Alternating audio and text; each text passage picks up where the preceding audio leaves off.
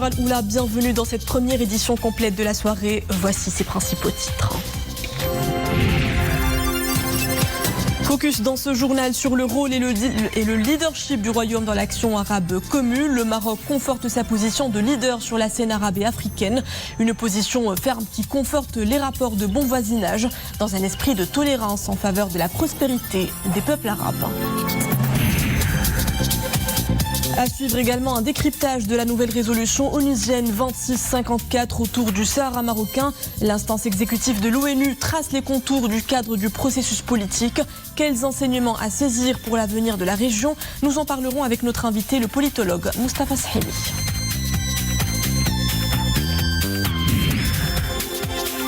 Une invitation en fin de journal, un gala de charité. Une troupe de danseurs venus tout droit d'Andalousie a entraîné hier le public rabaté. Un show de solidarité dont les fonds récoltés serviront à lutter contre le décrochage scolaire. Bonsoir. D'abord, ce rappel mardi dernier de l'entretien téléphonique entre Sa Majesté le roi Mohammed VI et Sa Majesté le roi Charles III, souverain du Royaume-Uni, de Grande-Bretagne et d'Irlande du Nord. Sa Majesté le roi Mohammed VI avait réitéré ses félicitations à Sa Majesté le roi Charles III à l'occasion de son accession au trône et réexprimé ses sincères condoléances suite au décès de feu la reine Elisabeth II. La veille, Sa Majesté le roi Mohammed VI a nommé les 4 membres de l'instance nationale de la probité, de la prévention et de la lutte contre la corruption que la loi régissant cette instance accorde au souverain le droit de nommer. Le souverain président du Conseil supérieur du pouvoir judiciaire a également accordé sa haute approbation à la nomination de responsables judiciaires dans plusieurs juridictions du Royaume au titre de la première session de l'année 2022. Fort de son engagement constant pour une action arabe commune, le Royaume se distingue par son soutien continu envers les justes causes du monde arabe. Un soutien et un engagement réaffirmés à l'occasion de chaque forum arabe régional ou international en faveur de questions centrales à l'ordre du jour, notamment la cause palestinienne et le dossier libyen. وأقول بكل أو أي عمل فعلي لصيانة حل الدولتين أو منح الفلسطينيين. Le politologue et professeur de droit Moustapha Shahimi est sur ce plateau pour un éclairage de l'actualité de la semaine. Professeur, bonsoir. Bonsoir.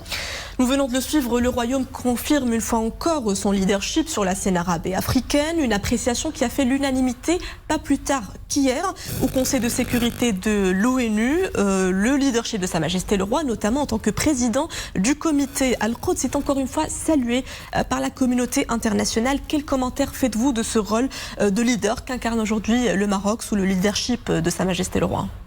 Si vous appréhendez la politique étrangère du Royaume depuis plus d'un demi-siècle, il y a des constantes. Le partenariat, la coopération et en particulier pour ce qui est du monde arabe, des principes d'unité, de solidarité. C'est un trait marquant de notre diplomatie, ça s'est manifesté en différentes circonstances. Je vous rappelle que voici 40 ans par exemple, Feu Hassan II avait arrêté avec un certain nombre de pays le plan de Fès, qui était un plan décisif, donc, comme approche de règlement de la question palestinienne. Donc, vous voyez que ça remonte loin. Plus des actions de solidarité en différentes circonstances, et vous le savez.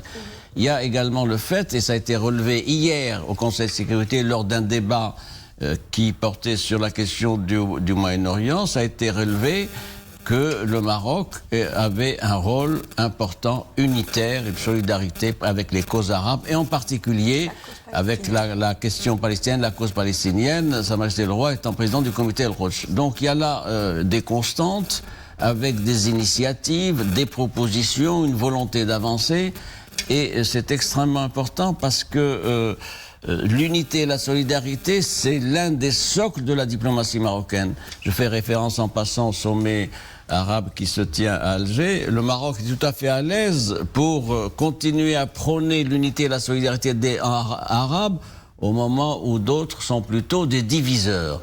Et ça, cette action-là, ce référentiel diplomatique est apprécié par la communauté internationale et par les pays arabes.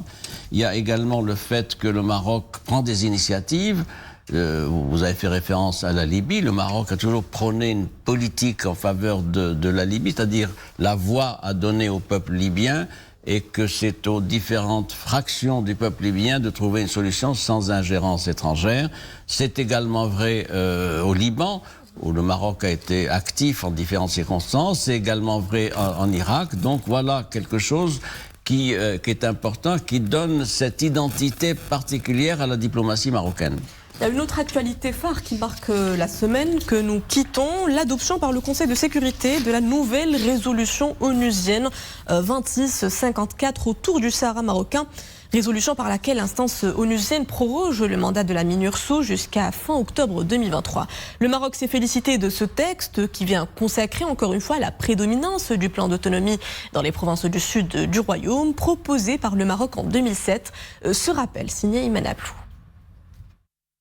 Une résolution de confirmation dans un contexte marqué par des percées significatives au cours des dernières années.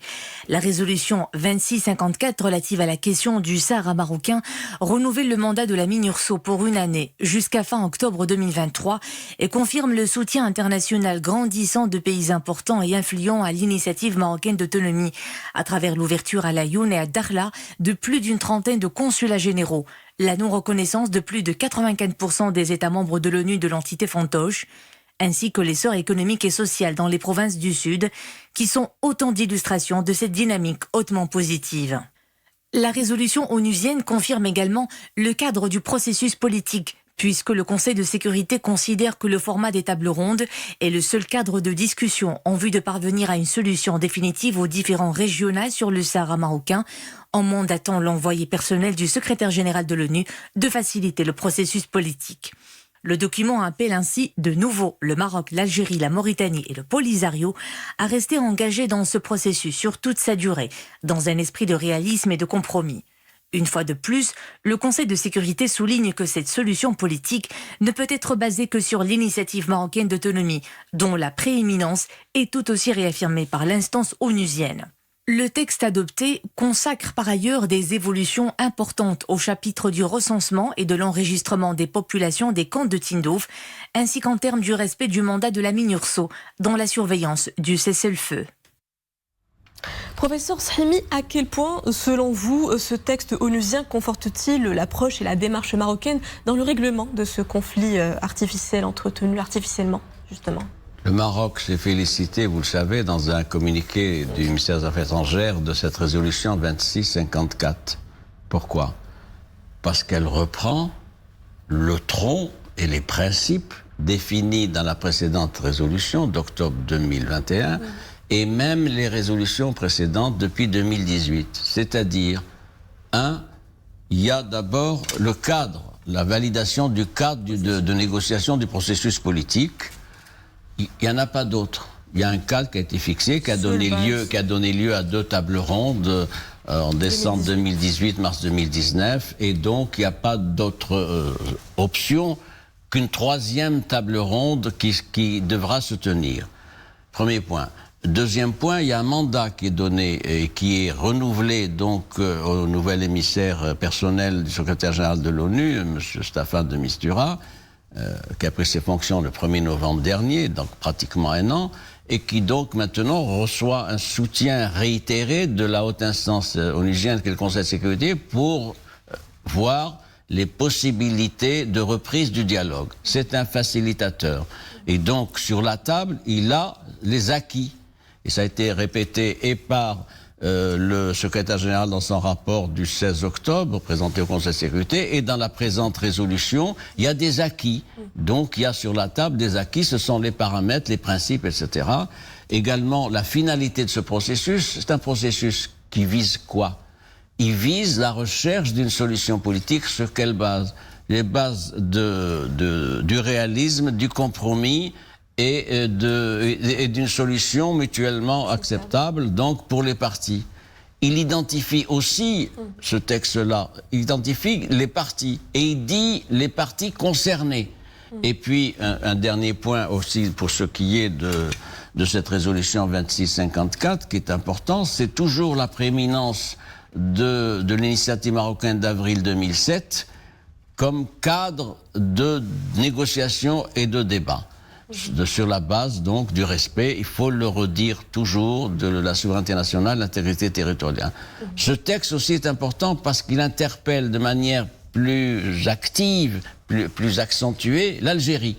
L'Algérie qui est présentée comme, donc, qu'on le veuille ou non, une partie principale, avec deux autres compléments pour ce qui est de ce texte. C'est la mise en cause de la responsabilité du mouvement séparatiste pour ce qui est des difficultés qu'il met à entraver le travail de la MINURSO.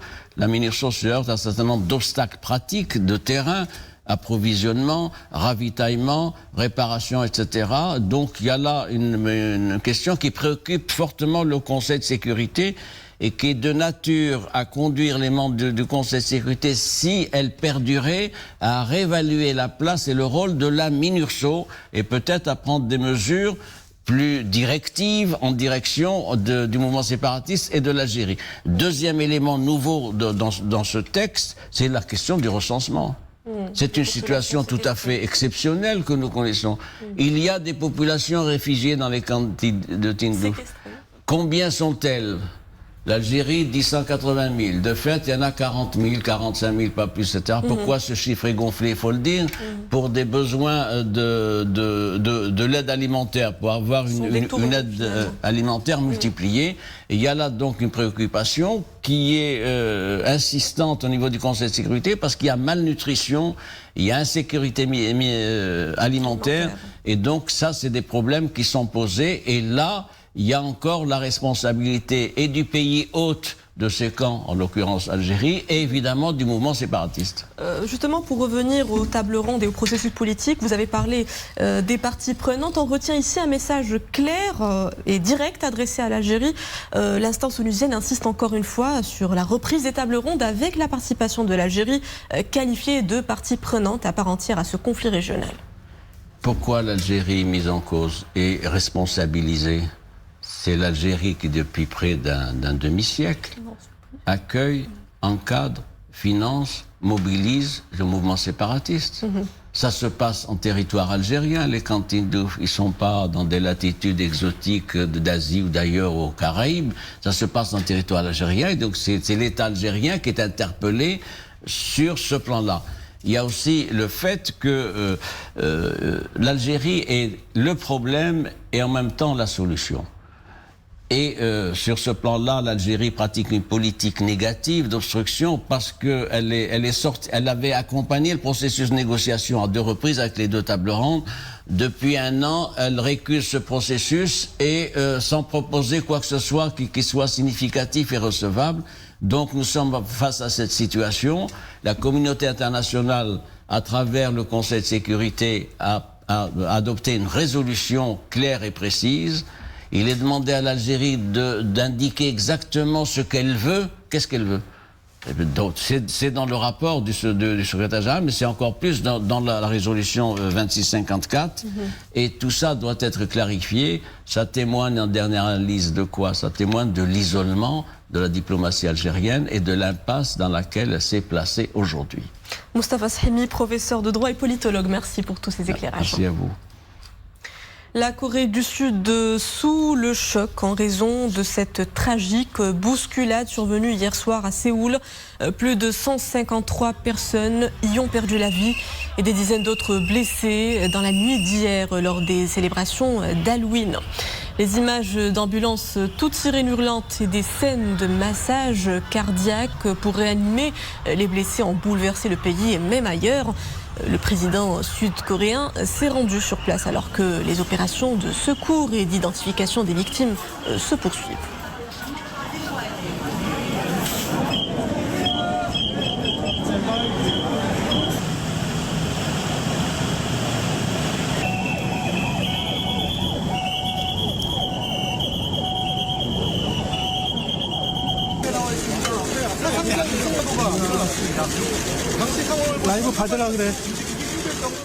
L'ambassade du Maroc en Corée du Sud rassure, aucun ressortissant marocain ne figure parmi les victimes de cette bousculade meurtrière.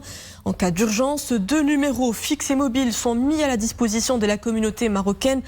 Les numéros s'affichent sur votre écran. Autre tragédie, celle qui a secoué Mogadiscio, la capitale somalienne meurtrie au lendemain d'un double attentat à la voiture piégée. Le gouvernement somalien déplore 300 blessés et au moins 100 civils décédés, dont des enfants. L'attentat a eu lieu sur une avenue très fréquentée de la capitale.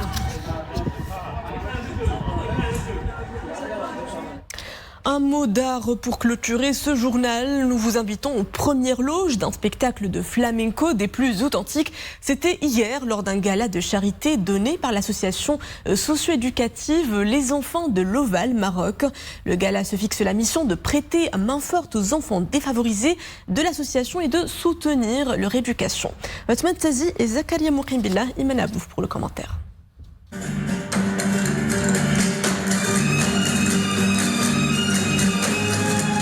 Sur des airs de flamenco, Daniel Romero et sa troupe de danseurs exécutent une chorégraphie pleine de vivacité et d'entrain.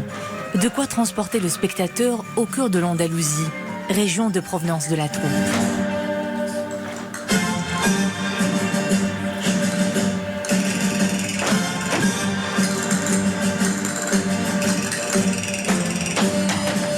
C'est un groupe d'artistes qui est connu au Maroc, qui a déjà fait des festivals comme Mawazine, Merzouga et autres, qui est très apprécié du public marocain. La particularité d'abord, c'est le danseur. Le danseur est chorégraphe à la fois.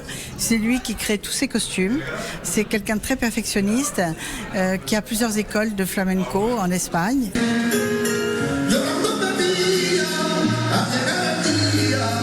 Les fonds récoltés grâce à ce show de solidarité serviront à lutter contre le décrochage scolaire.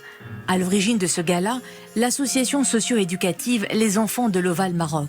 Active au niveau de la commune Merslkher de Temara, elle fait du rugby un moyen de réinsertion scolaire. Par le biais du sport, nous avons ramené les enfants et à venir s'intéresser à ce sport-là qui, en fait, on les a ensuite soutenus au niveau du scolairement et on les a réinscrits dans leurs écoles, on les a réintégrés dans le système socio-éducatif de l'éducation nationale.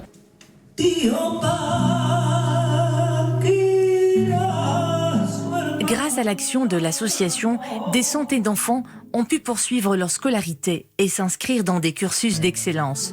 Créés en 2004, les Enfants de l'Oval Maroc proposent des cours de soutien scolaire et des activités variées. Arts visuels, théâtre, informatique, rugby et activités sportives au profit d'enfants issus de milieux défavorisés. C'est la fin de cette édition. Merci à vous de l'avoir suivi. À 20h30, le retour de la formation avec le journal La Baïsia. Très belle suite des programmes à tous sur Al-Oula.